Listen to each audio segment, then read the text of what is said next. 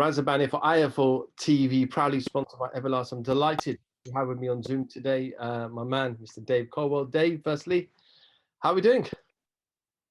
Very good, thanks. Had a good day today. Had young Hopi Price down at the Ingle Gym sparring with Kid Galahad.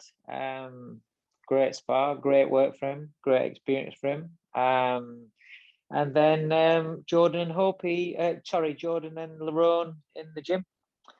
It's all good. Very nice. How's Kid getting along?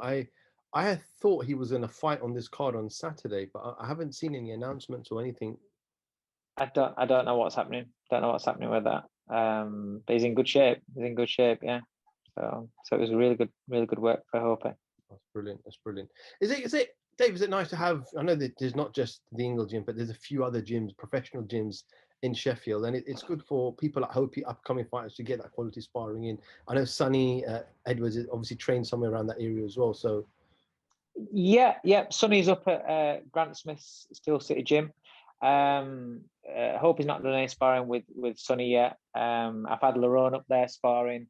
What's about up there? Jordan's been up there sparring. Jordan sparred with Sonny in the past.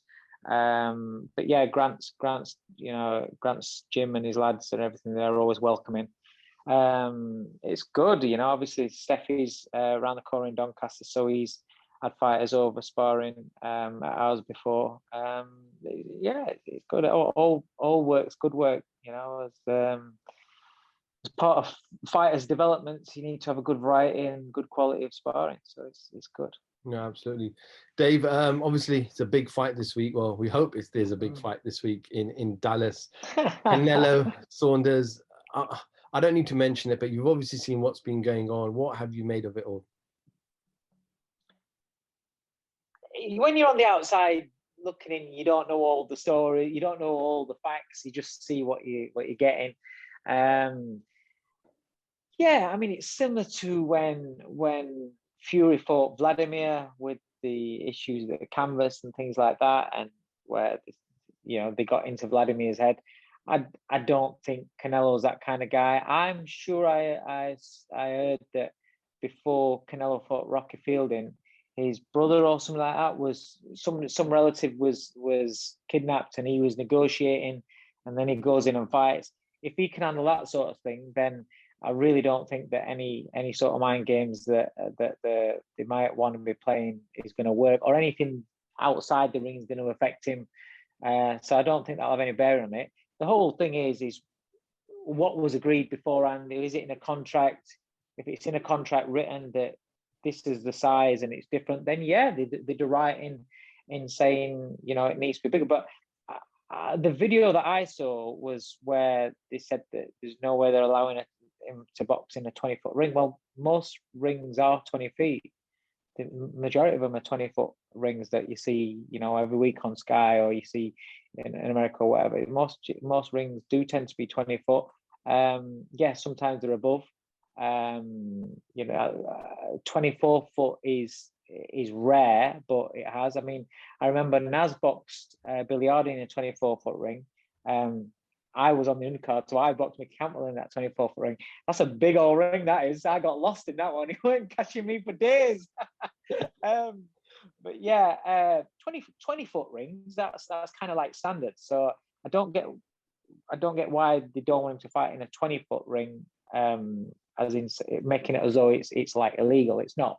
But if it was agreed in the contract, it's a certain thing, and then they try to change it, then they do right in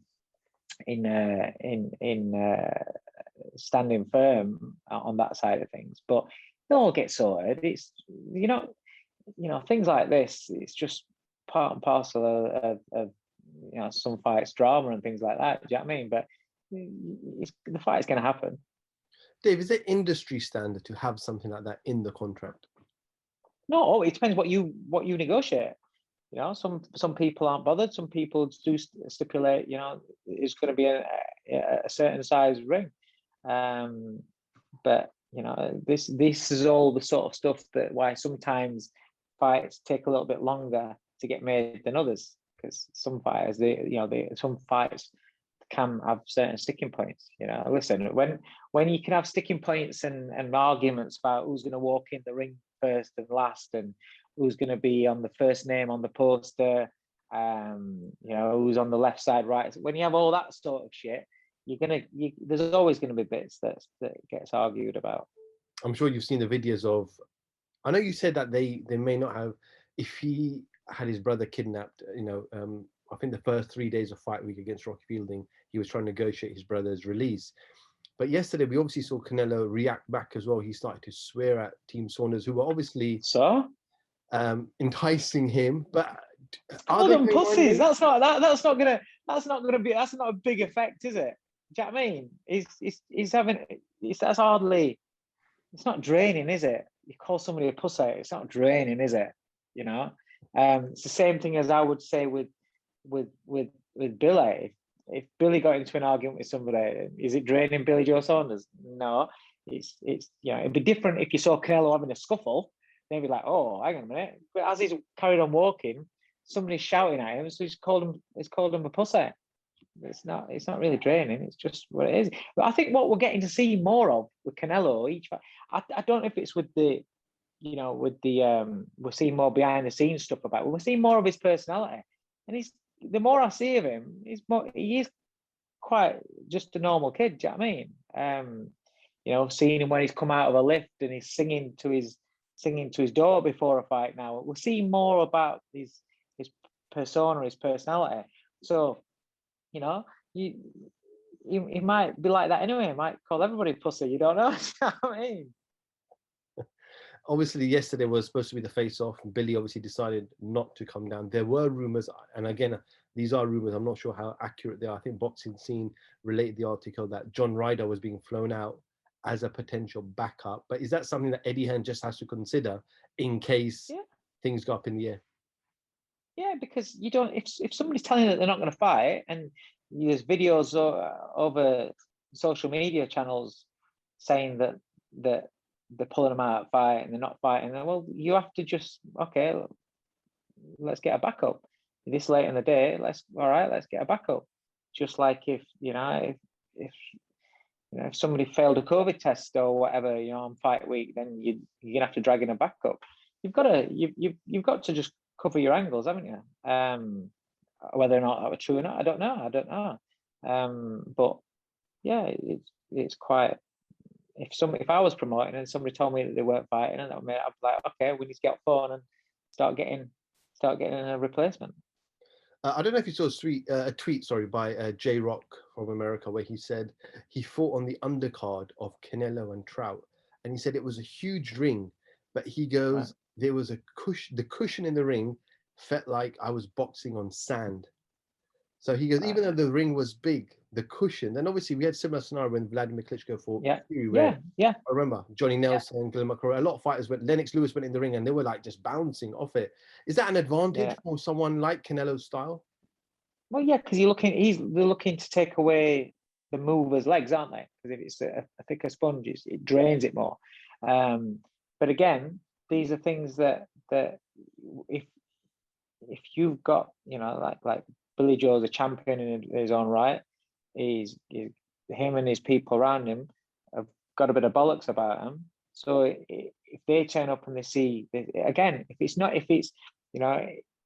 has to be a certain millimeter thick canvas. Can't be any more. It can be less. Sometimes it's less, but it can't be any more.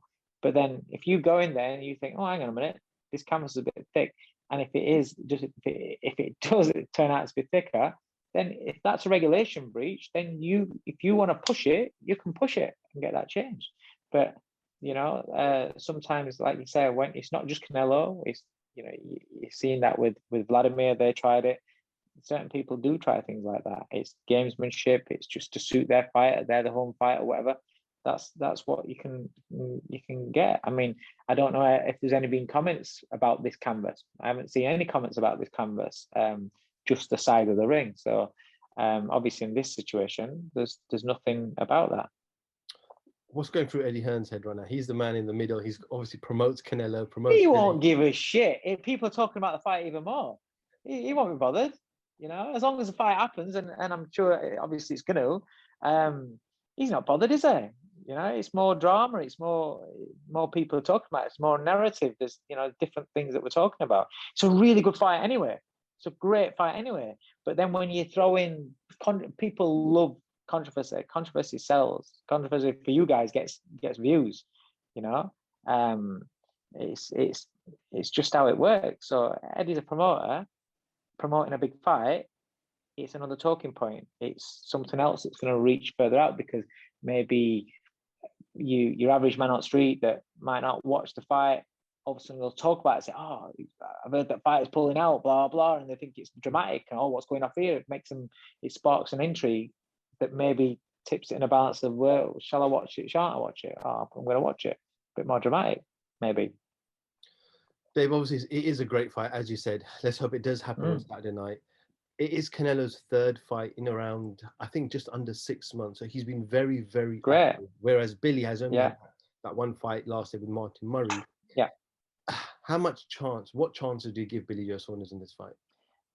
I've always said Billy Joe Saunders at super middleweight has a better chance than anybody in the world of beating Canelo, because of his style, because of his ability, and because, for me, he's got a fantastic boxing brain. My worry for Billy is that Canelo's been active at top level, whereas Billy's been inactive and he's not had that many top level fights. And also, whereas Canelo will have been going in and out of each camp and not been like ballooning up and getting way out of shape to then pull it back down because he's been active. With Billy, he has been. And so again, they're just little percentages that, for me, take away from the best that you can be. So when you're whittling them away and you're going against somebody that's elite level and is undoubtedly a more improved version of a fighter than when you look at Trout, when you look at Lara, when you look at Mayweather, you're looking at a more improved version. So if you're just banking on him to be the exact same as in those fights and not having learned from those fights, then I think you're selling him a little bit short there. So I just think that those little things that I'm taking away from Billy and things that you see what's been built with Canelo, it tips it in Canelo's favor for me. And I see that after 6 rounds, Billy's in front on scorecards. Whether he's or not, I don't know. But after 6 rounds, Billy's in front. I can see him causing Canelo problems, but I can see Canelo positioning and making Billy work and get into his body. And the second half of the fight, especially, I see Canelo catching up on him and making it very difficult for Billy Joe Saunders. And then, so does he win it clear enough? Does he win enough rounds clear enough to get them? So then if it goes 12 rounds, he's won enough rounds clearly to get a decision? Or do we get a situation where some of the rounds are quite close? Billy's nicking it on the jab and the odd shot here and there, and then Canelo lands a couple of booming shots, and towards the end of the round, and which way does it go? Well, it's going to go Canelo's way.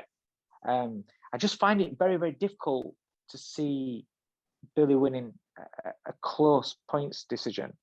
I think he has to win the majority of the rounds massively. And I just don't see him doing that. I think that Canelo's too good for Billy to be able to do that sustained round after round after round after round.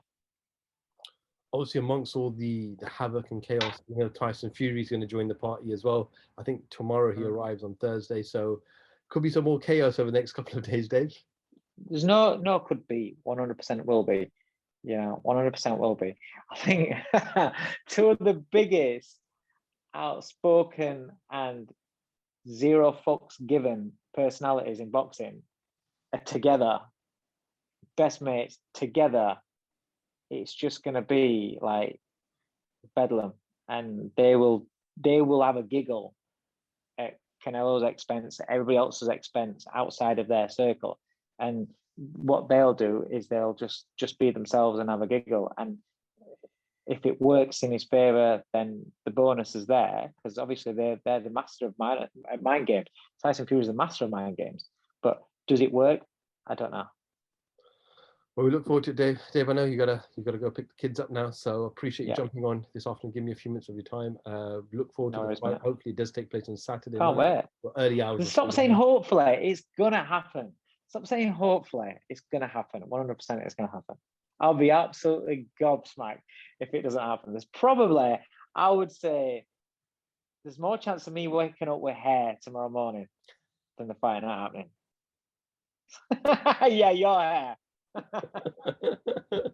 Dave Coldwell, IFL TV. Thank you very much. Cheers, mate. One.